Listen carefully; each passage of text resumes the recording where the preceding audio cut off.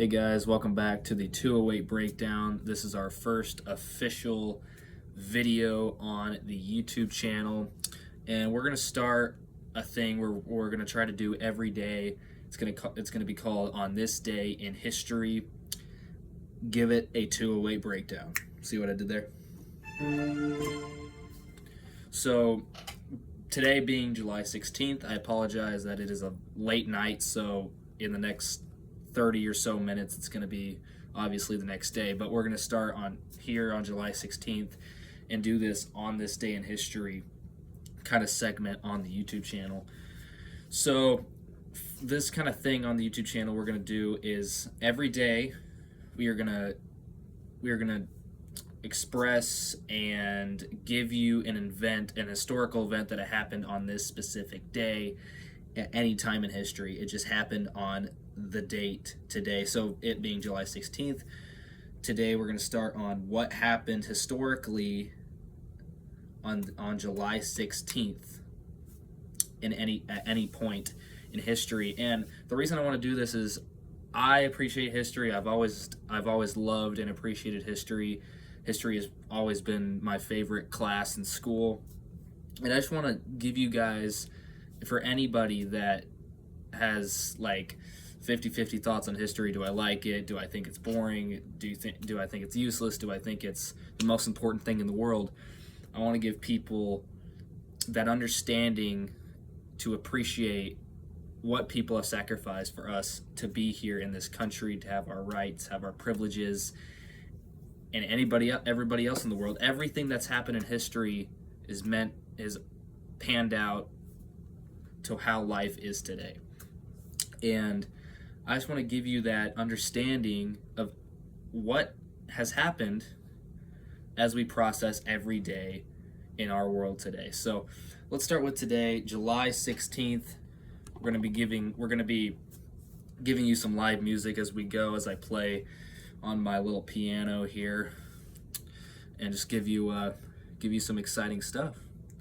So today, July 16th, what happened? We're going to be talking about today. In the year 1945, July 16th, 1945, the United States officially detonated the world's first atomic bomb during a project called the Trinity Test in the area of Alamogordo, New Mexico. Now, the first atomic bomb, if anybody's ever watched Oppenheimer, you'll know exactly what I'm talking about. But if you haven't, the first atomic bomb, it was a huge deal back then. The United States had the smartest minds come together to create this sort of powerful destruction during the time of World War II.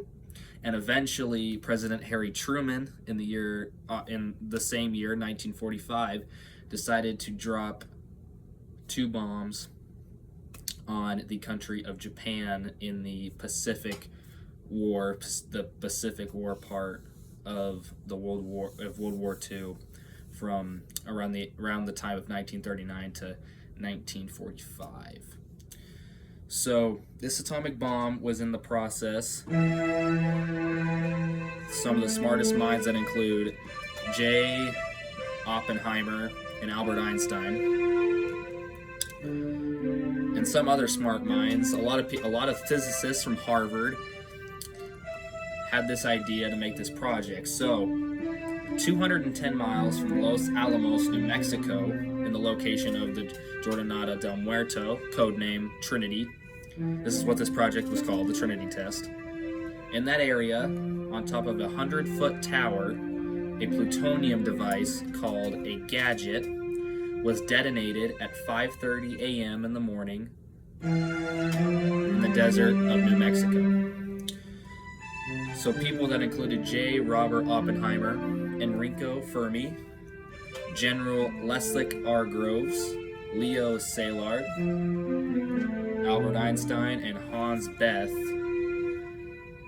tested essentially an atomic bomb and see how this would work destruction-wise, and how important, and they didn't realize how important this would be for the outcome of the war in World War II. And this was just a huge day in our history. The director of this project was Oppenheimer, and General Leslie R. Groves. General Leslie R. Groves was a general in the U.S. Army, while Oppenheimer was a very smart physicist, very worldwide known, and this was just unheard of what they were about, what they created essentially. And in New Mexico that day, out of months and months of processing this ingredient, this warfare ingredient, they tested it. So as they tested it, they got right into it. They knew right away this is a game changer. And again, on top of a 100-foot tower, a plutonium device called the Gadget detonated in New Mexico. There it was. And so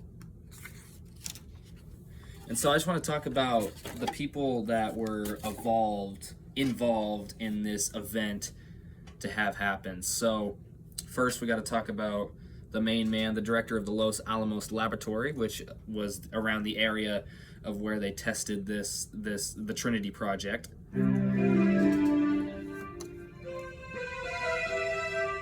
Now we got to talk about Brigadier General Leslie Groves. Again, he directed the whole Manhattan Project, which is the main process of this atomic bomb procession throughout the war.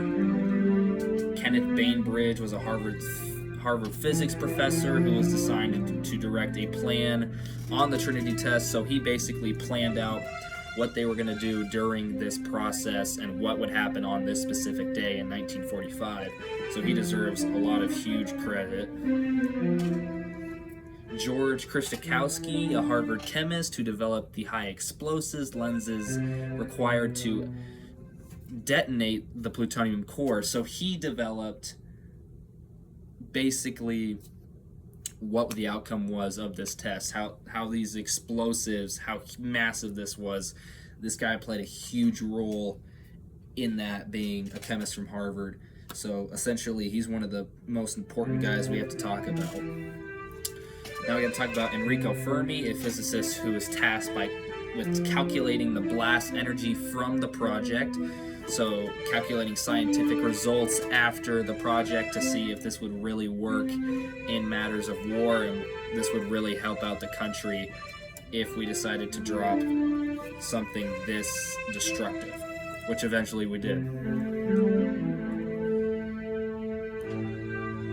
Robert R. Wilson, a physicist who led the TR3 measurements group, which is again another processive group for the outcome of this whole project. Ensuring data was collected successfully from the explosion, scientific data.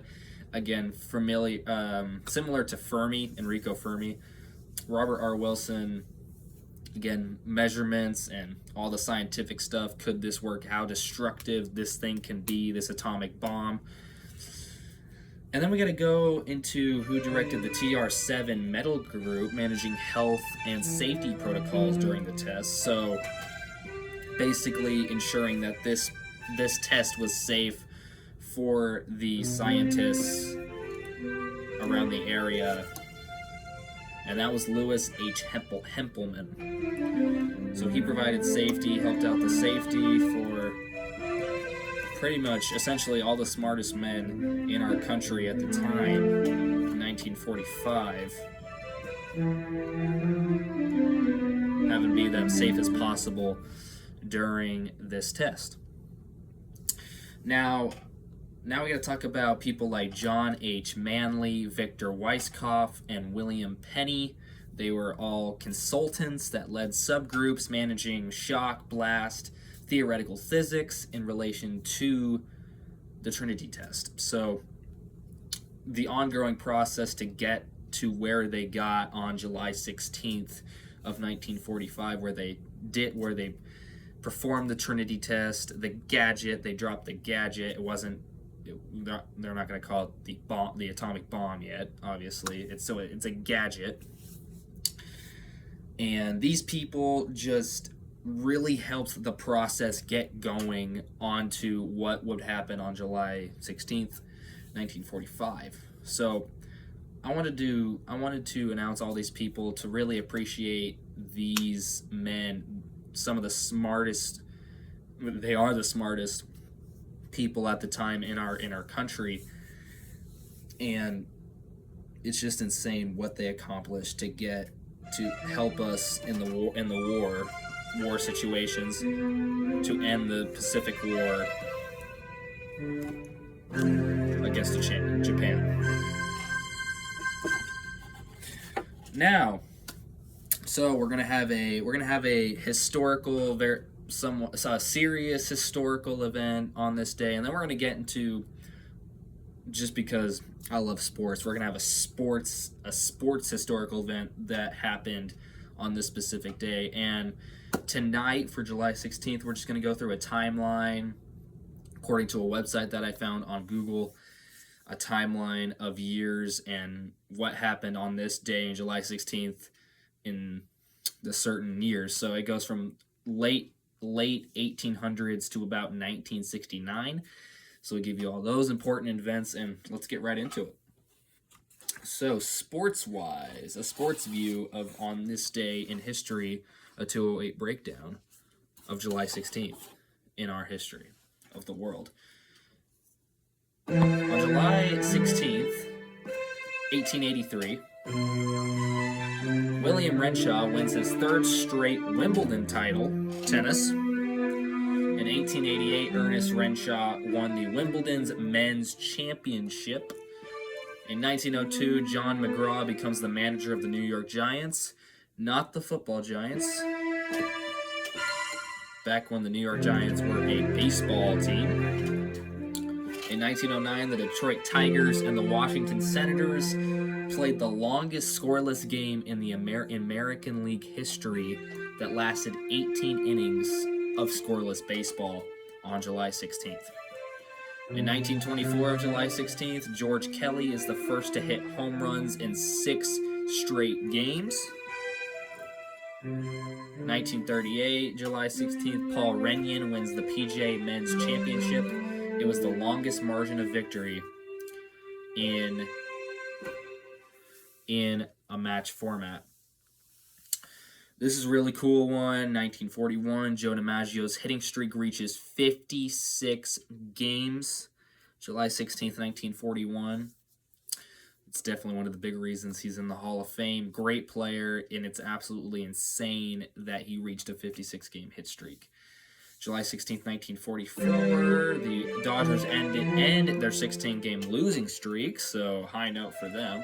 1947, Bobo Newsom wins his 200th game in his MLB career as a pitcher, and that is pretty dang impressive pitching-wise. In 1947, Rocky Graziano defeated Tony Zale in a 6-round technical knockout to win the world middleweight boxing title.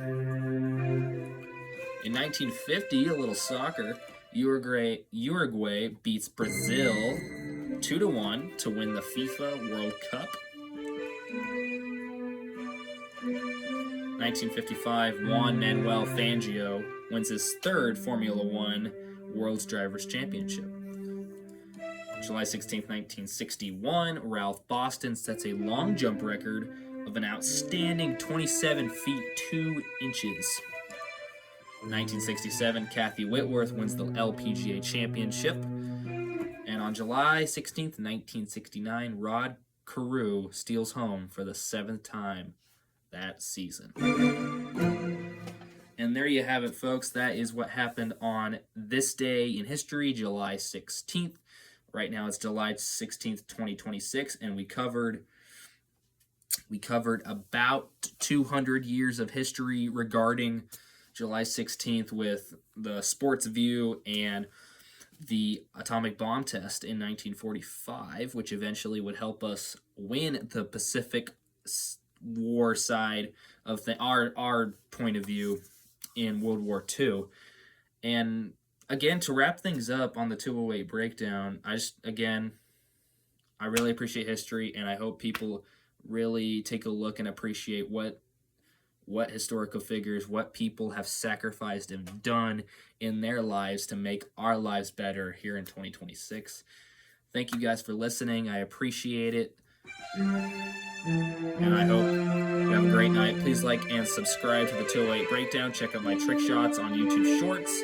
And also check out my new podcast on Spotify called the SRV Conference Report.